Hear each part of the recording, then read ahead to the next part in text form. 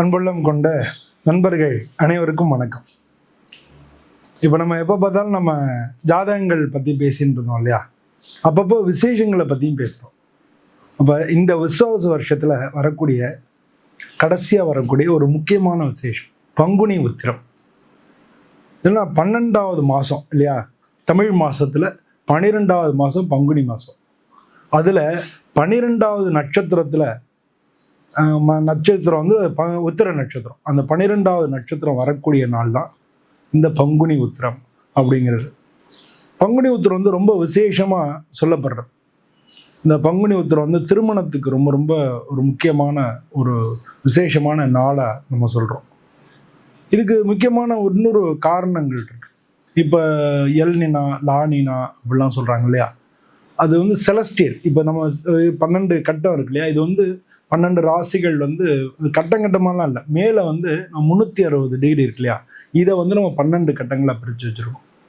அவ்வளோதான். அதில் வந்து ரொம்ப முக்கியமான எல்னினா லானினான்னு சொல்கிறாங்க இல்லையா?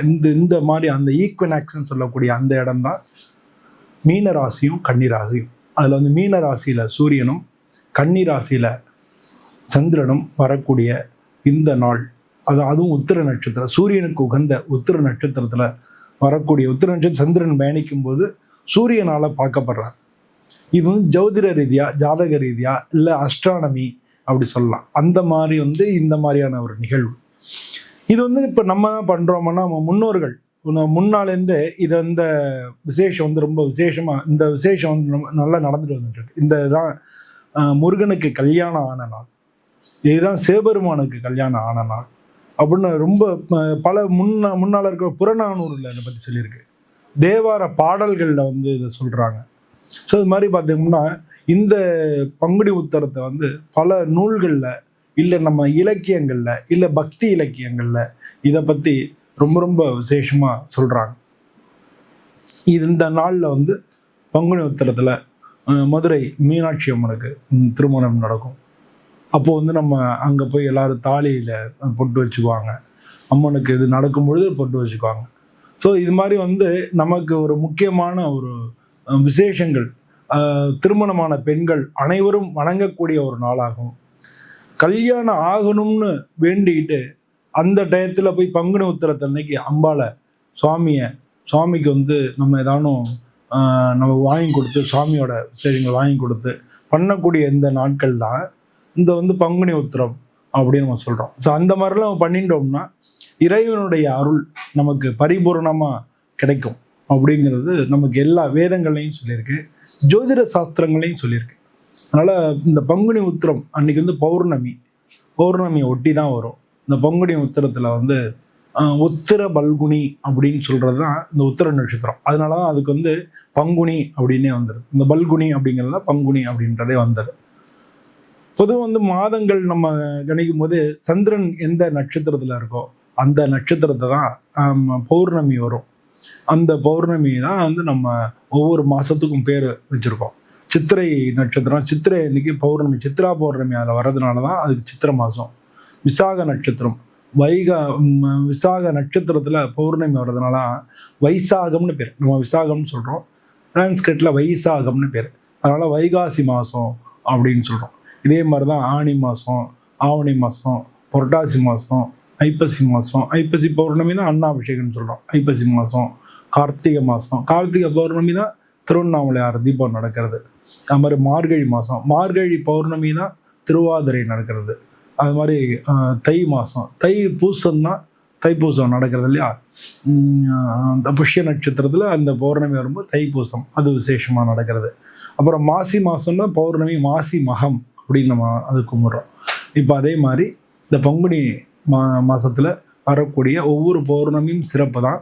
அதில் வந்து முக்கியமாக வந்து இந்த பங்குனி உத்திரத்தினுடைய சிறப்பு என்னென்னா, இந்த டயத்தில் நம்ம கோயிலுக்கு போய் அங்கே வந்து சுவாமி அம்பாள் கல்யாணத்தை பார்த்து அதில் வந்து நம்ம குங்குமம்லாம் வாங்கிட்டு அந்த மங்கள பொருட்கள் வாங்கிட்டு அந்த பங்குனி உத்திரத்தன்னைக்கு நம்ம அந்த மாங்கல்யத்தில் புட்டு வச்சுருந்தோம்னா நம்மளுக்கு வந்து வீடு சுபிக்ஷமாக இருக்கும்.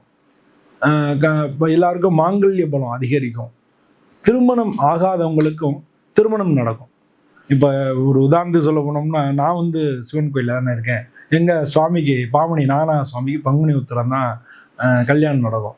ஸோ கல்யாணத்தில் எனக்கு தெரிஞ்சு நிறையா பேர் இந்த திரட்டுப்பால் சொல்லுவேன், ரொம்ப கல்யாணம் ஆகலை, ஜாதக ரீதியாக எந்த தோஷமும் இல்லை, ஆனால் உங்களுக்கு டைம் தாண்டி போயிடுது. ஒரு சில பேருக்கு கல்யாண காலம்னு வரும், அந்த கல்யாண காலத்தை தாண்டிட்டாங்கன்னா கல்யாணம் நடக்கிற ரொம்ப கஷ்டமாக இருக்கும். ஆனால் ஜாதக ரீதியாக தடை இருக்காது, அந்த கல்யாணத்துக்கான திரும்பி அதே மாதிரி கல்யாண காலம் வராது.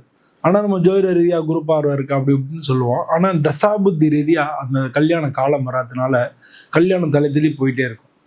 அது மாதிரி ஒரு சில பேருக்கு வந்து கல்யாணமே நடக்காத ஒரு கண்டிஷன்ஸ்லாம் நம்ம பார்க்குறோம். ஸோ அதனால் பெண்களாக இருந்தாலும் சரி, ஆண்களாக இருந்தாலும் சரி, இந்த பங்குனி உத்திரத்தன்னைக்கு கோயிலுக்கு போய், இப்போ அருகில் எந்த கோயில் இருந்தாலும் சரி, அந்த கோயிலில் பங்குனி உத்திரம் திருக்கல்யாணம் நடக்கிறதான்னு பார்த்துட்டு, திருக்கல்யாணம் நடக்கக்கூடிய அந்த கோயில்களுக்கு போய் அந்த டயத்தில் சுவாமியை வணங்கி, நமக்கு இது மாதிரி அந்த டயத்தில் உங்களுக்கு திருமண வாய்ப்புகள் நல்லபடியாக நடக்கணும் அப்படிங்கிறத வேணிண்டு இந்த மாதிரி பண்ணிக்கும் பொழுது நிச்சயமாக உங்களுக்கு இறைவனுடைய அருள் பரிபூர்ணமாக கிடைக்கும். இந்த பங்குனி நட்சத்திரத்தில் எல்லாரும் ஆலயத்தில் வணங்கிண்டு பங்குனி உத்திரத்தை நம்மளும் ஒரு விழாவாக கொண்டாடுவோம். ஏன்னா இது நம்மளுடைய பாரம்பரியமான விழா, இப்போ மட்டும் நடக்கலை. அது நமக்கு புறநானூரில் சொல்லியிருக்கு, பல தேவார பாடல்களில் சொல்லியிருக்கு, திருஞான சம்பந்தர் சொல்லியிருக்காரு. இந்த பங்குனி உத்திரம் நமக்கு வழி வழியாக நம்ம வணங்க வேண்டிய ஒரு முக்கியமான விரத நாள். ஸோ அன்னைக்கு விரதம் இருந்து சுவாமி அம்பாள் திருமணத்தை பார்த்துட்டு வேண்டின்னு அதுக்கப்புறம் நம்ம சாப்பிட்டோன்னு வச்சுங்களேன், நிச்சயமாக நமக்கு நம்ம வாழ்க்கையில் எல்லா விதமான சுபிக்ஷங்களும் கிடைக்கும். எல்லாருக்கும் இறைவனுடைய அருள் பரிபூர்ணமாக கிடைக்கணும். எல்லாரும் அந்த பங்குனி உத்திரத்தை விழாவை கொண்டாடி எல்லாருக்கும் உங்களுடைய வேண்டுதல்கள் நிச்சயமாக நிறைவேறணும்னு சொல்லி நானும் சுவாமியை பிரார்த்தனை பண்ணிக்கிறேன். இதே மாதிரி இன்னொரு வீடியோவில் உங்களை மீண்டும் சந்திக்கிறேன். அனைவருக்கும் நன்றி, வணக்கம்.